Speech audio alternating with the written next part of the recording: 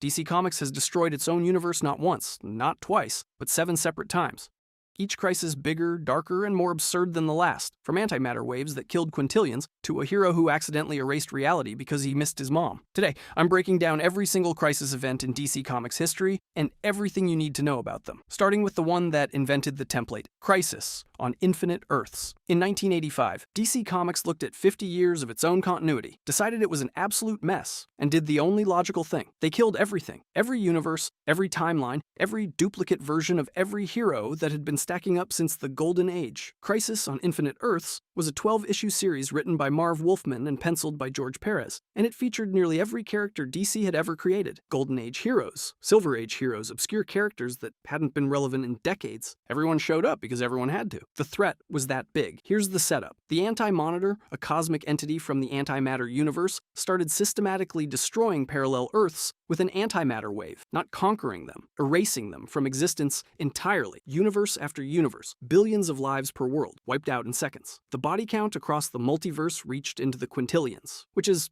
not ideal. The Spectre eventually united heroes and villains together because when a guy is deleting reality itself, old grudges stop mattering pretty fast. Kal-El, Superboy Prime, and Alexander Luthor Jr. ultimately took the Anti-Monitor down in a final confrontation that cost everything, but the victory came with a price nobody was ready for. Supergirl died saving the multiverse. She fought the Anti-Monitor directly, destroying his solar collector and cracking his armor in a brawl that killed her. The cover of issue 7, Superman cradling her body, became one of the most iconic images in comic book history. It's been homaged so many times that you've probably seen the pose even if you've never read a comic in your life. Her death wasn't a gimmick. In the new continuity that followed, Supergirl simply didn't exist anymore. And that's the real twist. The infinite Earths were consolidated into a single unified universe. Decades of convoluted continuity gone. Characters like Supergirl and Superboy were retconned out of existence entirely. DC literally killed its own history to give new readers a clean jumping-on point. It was a creative nuclear option, and it worked. Every crisis event that came after exists because this series proved you could blow up your entire universe and come out the other side with something better. But if Crisis on Infinite Earths was DC hitting the reset button on space, the next crisis hit the reset button on time, and it was caused by one of their greatest heroes going completely insane. Zero Hour. Here's the thing about Hal Jordan. For decades, this guy was the Green Lantern. Not a Green Lantern, the Green Lantern. The fearless test pilot chosen by an alien ring because he had more willpower than basically anyone on Earth. He was the gold standard for what a hero looked like, and then DC Comics decided to absolutely demolish him. In 1993, during the reign of the Superman storyline, the villain Mongol and the cyborg Superman completely obliterated Coast City, Hal's hometown. 7 million people, gone in an instant. And Hal didn't just grieve. He snapped. He went back to Oa, absorbed the power of the central power battery, wiped out almost the entire Green Lantern Corps, and renamed himself Parallax. So now the universe's greatest space cop is its biggest threat. That's the setup for Zero Hour, Crisis in Time, a 5-issue limited series from 1994 written and drawn by Dan Jurgens. The issues were numbered backwards, 4, 3, 2, 1, 0. A literal countdown to oblivion, because Parallax wasn't trying to conquer the universe. He was trying to erase it and start over from scratch. Rewind time itself so he could rebuild reality the way he thought it should be. A universe where Coast City never fell, where nobody had to die, which is,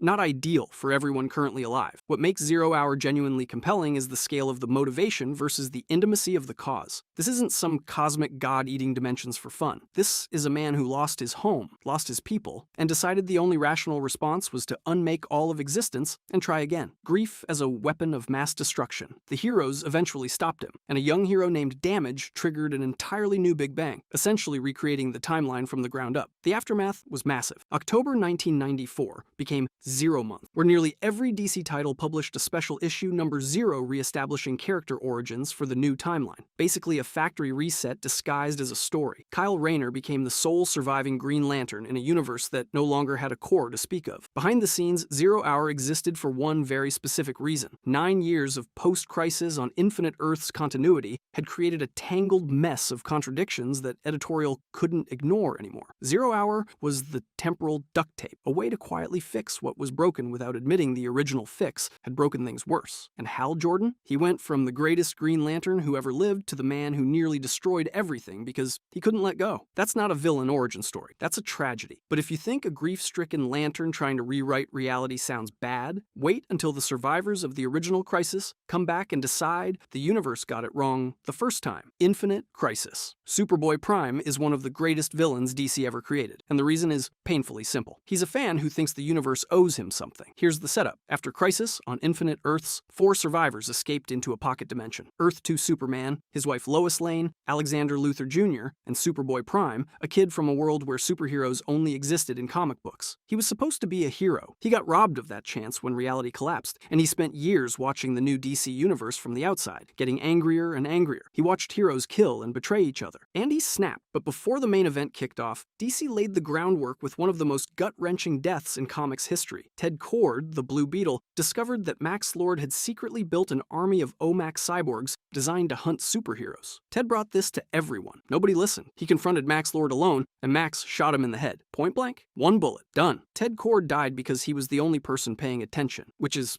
not ideal. That murder fractured everything. Wonder Woman eventually killed Max Lord to stop his mind control over Superman, and that single act shattered the Trinity. Superman couldn't forgive the killing. Batman couldn't trust anyone. Wonder Woman couldn't understand why saving lives was suddenly the wrong call. The 3 pillars of the DC universe were broken before the real Crisis even started. Then Superboy Prime entered the picture. He didn't just fight heroes. He punched reality, literally. His fists hit the walls of the universe so hard they rewrote DC continuity in real time. Characters who'd been dead for years suddenly reappeared. The explanation for decades of editorial retcons was that a teenager punched a wall really hard. I don't know what to tell you. Alexander Luthor constructed a massive tuning fork tower to split the Earths apart and rebuild the multiverse to his specifications. Stopping it fell to Kon-El, the modern Superboy, who threw himself at Superboy Prime in the tower with everything he had. He destroyed it. He also died doing it. Kon-El's sacrifice actually lands because the kid wasn't some god-tier powerhouse. He was a clone who spent most of his existence wondering if he was even real, and he proved it by giving up everything to save a universe that never fully accepted him. And Superboy Prime? He survived, because of course he did. The entitled Superman who believed the entire multiverse should revolve around him walked away still convinced he was the hero of the story. Jeff Johns and his team built a 7-issue event that turned a whiny alternate universe teenager into one of DC's most terrifying antagonists, not because of his power, but because of his certainty that he deserved better than everyone else. But if Infinite Crisis felt like the universe was being torn apart by entitled gods, the next event made it feel like the universe had already lost. Final Crisis. Every other crisis on this list is about breaking universes. Final Crisis is about breaking free will, and that distinction makes it one of the most unsettling events DC has ever published. In 2008, Grant Morrison dropped a 7-issue miniseries that was less of a traditional crossover and more of a philosophical horror story wearing a superhero costume. The premise is deceptively simple. Darkseid finally got what he'd been chasing for decades. The anti-life equation? A mathematical formula that, when spoken, destroys free will entirely? Not mind control. The complete, permanent elimination of independent thought across all sentient life, which is,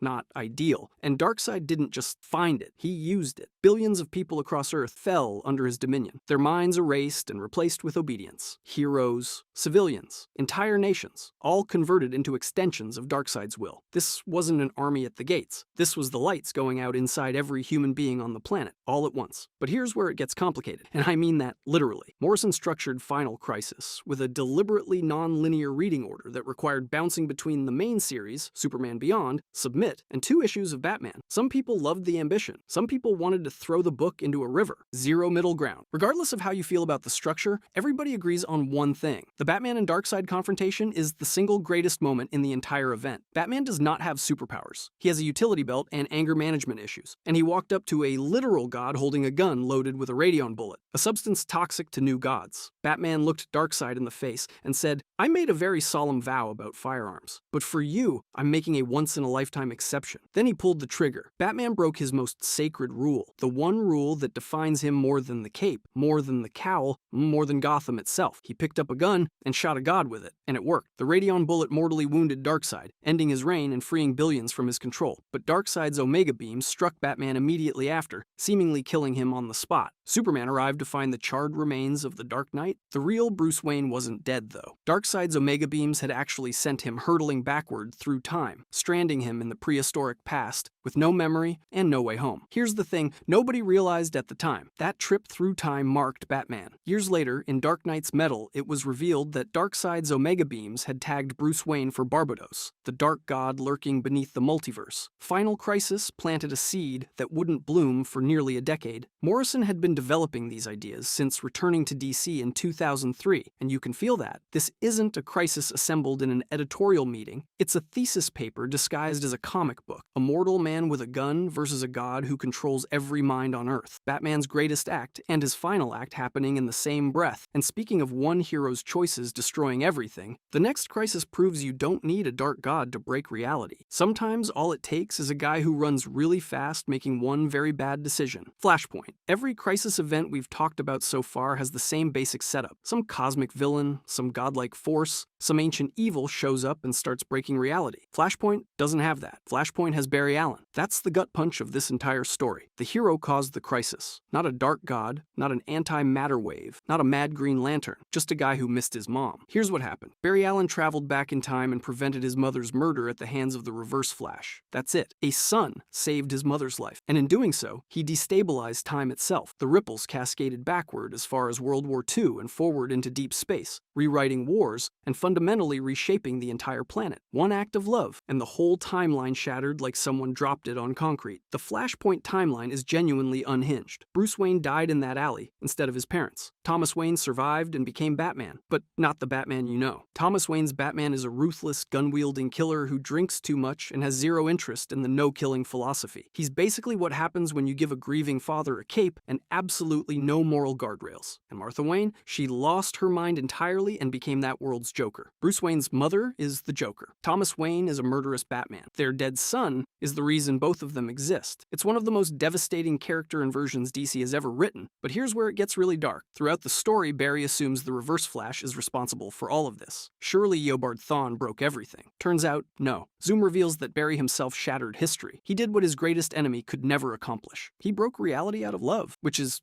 not ideal. Flashpoint ran for 5 issues in 2011, written by Jeff Johns with art by Andy Kubert, and it ended the continuity of New Earth entirely. When Barry attempted to fix the timeline by running back and letting his mother die, the resulting reset didn't restore the old universe. It created a new one, the New 52, a complete reboot of DC's entire line. Every title relaunched at issue 1. Every character got a fresh origin. Decades of continuity gone in a flash, literally. And then it got weirder. Years later, DC Rebirth and the Doomsday Clock storyline revealed that the deeper alterations weren't entirely Barry's fault. Dr. Manhattan, the godlike being from Watchmen, had been quietly manipulating the DC universe from behind the scenes, stealing years from the timeline and removing characters from existence. Barry cracked the window. Manhattan ripped the whole wall down. The most famous comic book reboot of the 2000s was caused by a character from a completely different franchise. I don't know what to tell you, but if Flashpoint broke the timeline, the next event asked a question nobody expected. What happens to all the worlds that died along the way? Convergence. Here's a question nobody at DC had actually bothered to answer for 30 years. When a universe dies in a crisis event, where does it go? Crisis on Infinite Earths wiped out infinite realities. Infinite Crisis smashed them together. Flashpoint rewrote one entirely. But all those worlds, all those people, all those timelines that got erased or collapsed or overwritten, did they just stop existing? Turns out, no. Convergence, published in 2015, finally addressed that question. Somewhere at the edge of time and space, a godlike version of Brainiac had been collecting entire cities ripped from dead time streams and dying universes, placed under domes on a planet outside of reality itself. Pre-crisis Gotham, post-Flashpoint Metropolis, worlds that readers hadn't seen in decades, all preserved like insects in amber. Brainiac wasn't saving them out of kindness. He wanted to see what would happen when heroes and villains from completely incompatible realities were forced to fight each other and determine which versions deserved to survive, which is,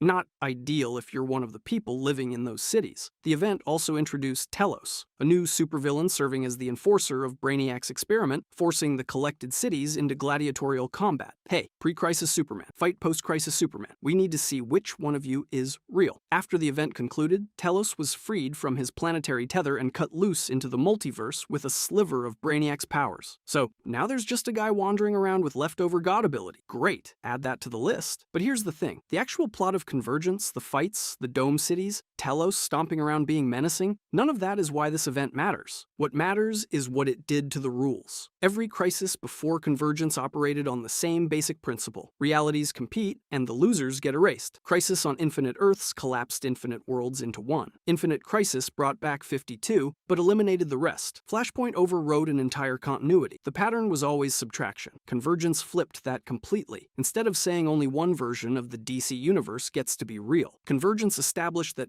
every version is real, simultaneously, right now. Pre-Crisis Earth 2 still exists. The 52 multiverse, still there. Every dead timeline Brainiac collected, restored. Writer Jeff King confirmed it outright. Post-Convergence, every character that ever existed in either continuity or canon became available to storytellers. Every single one. That means the pre-crisis Supergirl who died saving the multiverse in 1985, she's out there somewhere. The Justice Society that got erased? Real. Every version of every hero from every era of DC publishing now exists concurrently in the same multiversal structure. Previous crises destroyed worlds. Convergence said they all get to live. On paper, that sounds like a minor editorial policy change. In practice, it fundamentally rewired how DC Comics operates. Writers were no longer constrained by which continuity was current. If you wanted to tell a story with a character who hadn't existed since 1986, you could. No justification needed, no elaborate resurrection arc required. Convergence quietly gave DC permission to use literally anything from its entire publishing history, and that permission has shaped every major event since. Now, if Convergence opened every door in the multiverse, the next event kicked one of them down and let something absolutely terrifying crawl through. Something from underneath. Dark Knights. Metal. This is the crisis that decided to be a horror movie, and honestly, it kind of rules. Dark Knights. Metal dropped in 2017, written by Scott Snyder with art by Greg Capullo, the same duo that had been killing it on Batman throughout the New 52. Instead of building a crisis around cosmic monitors or reboots, they built one around a single terrifying question. What if there was an entire universe of nightmare Batmen underneath reality, and what if they got out? Here's the setup. Batman discovers that beneath the known DC multiverse, there's a dark multiverse, a realm of unstable, decaying realities built from fear and failure. Every bad decision, every worst-case scenario, every what if the hero lost timeline exists down there, rotting. His investigation into mysterious metals connecting the two was exactly what the Dark God Barbados wanted. Barbados had been grooming Batman as his doorway into the light multiverse ever since Darkseid's Omega Beams sent Bruce hurtling through time during Final Crisis. That was back in 2008, nearly a decade of real-world setup. That's commitment to a bit. Batman's investigation tore the door open, and 7 evil versions of himself poured through. Each one was a dark night from a reality where Bruce Wayne went wrong in a specific, horrible way. The Merciless was Batman fused with Wonder Woman's War God. The Devastator was Batman who infected himself with a Doomsday virus to kill Superman. The Murder Machine was Batman merged with corrupted cyborg technology. Every single one was a nightmare scenario where Batman's obsession with contingency plans went to its logical, awful conclusion. But the worst one, the absolute worst one, the Batman who laughs. On Earth 22, Bruce Wayne finally killed the Joker, and the Joker had one last trap waiting. A posthumous death trigger released Joker toxin the moment his heart stopped. Batman breathed it in. Over the following days, the toxin rewired his brain completely, stripping away his morality while leaving his intellect perfectly intact. The result was a creature with all of Batman's strategic genius and all of the Joker's gleeful insanity, which is,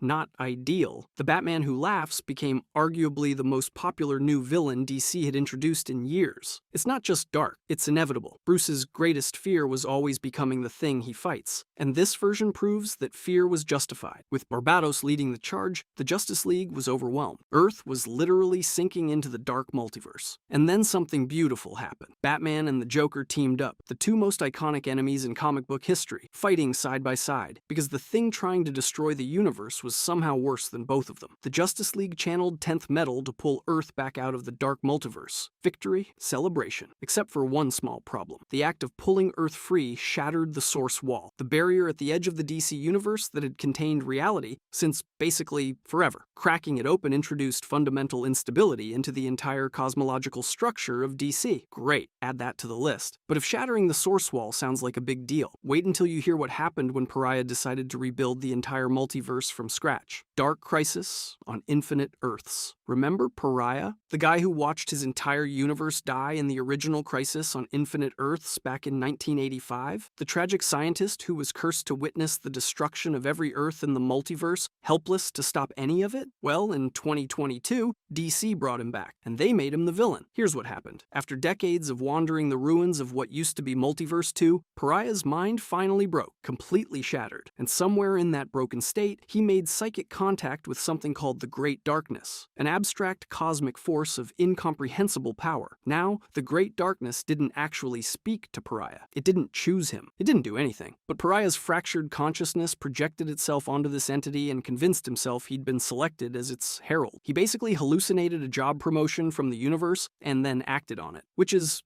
not ideal. Armed with this delusional sense of cosmic purpose, Pariah attempted to build his own multiverse, not restore the old one. Build a new one, a collection of perfect worlds designed to his specifications, which he then unleashed on Earth-Zero with an army of possessed villains backing him up. The Great Darkness corrupted Deathstroke in the process, who went completely mad and decided the entire multiverse needed to be wiped out, because apparently one unhinged cosmic zealot wasn't enough. But here's where the heroes stepped up. With the Justice League trapped inside Pariah's dark worlds, the younger generation had to carry the fight. Nightwing rallied the next generation of heroes, essentially becoming the leader the Crisis demanded. They fought through Pariah's possessed army while Black Adam led a separate strike team to confront Pariah directly. The goal was simple: break through to the trapped Justice League members and shut down Pariah's new multiverse before it consumed everything. And then, the real turning point happened. Deathstroke, now fully consumed by the Great Darkness, picked up where Pariah left off and tried to finish the job of unmaking everything. But the combined forces of the new and old heroes overwhelmed him. The younger heroes proved they weren't just sidekicks filling in. They were the real deal. Barry Allen and the Flash family played a critical role in the final push, using the Speed Force to help stabilize reality as Pariah's constructed worlds collapsed in on themselves. A speedster helped end the original Crisis. Speedsters helped end this one. Poetry. But the most significant moment wasn't the final battle. It was what came after. The Justice League disbanded. Not because they lost, not because they were broken, because the younger generation of heroes had proven definitively that they could handle the weight of the world on their own. The old guard looked at the next generation and said, "You've got this." The infinite multiverse was restored in the aftermath, completing a cycle that started 4 decades earlier when Marv Wolfman and George Perez collapsed infinite Earths into one. Think about that for a second. In 1985, DC destroyed the multiverse. In 2023, they brought it all back. Every reality, every version, every world that ever existed folded into a single multiversal structure. 40 years of crisis events, of collapsing and rebuilding and collapsing again, and the final answer was the same thing they started with: an infinite multiverse. Just with a new generation standing guard over it. Not all stories come full circle like that, but this one did. And honestly, that's a pretty good ending. If you enjoyed this video and want to see more, click the video on the screen now.